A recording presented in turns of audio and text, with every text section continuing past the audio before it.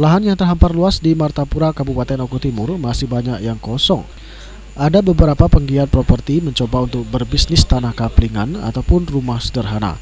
Namun dengan minimnya penghasilan dan daya beli masyarakat Martapura yang kurang, membuat bisnis properti belum bisa dikatakan menjanjikan.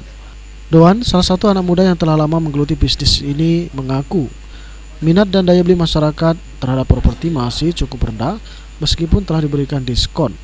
Kalau untuk bisnis properti untuk di Oku Timur belum menjanjikan, tapi untuk 2 tahun yang akan datang mungkin menjanjikan karena kebutuhan properti di Oku Timur itu tidak mendesak.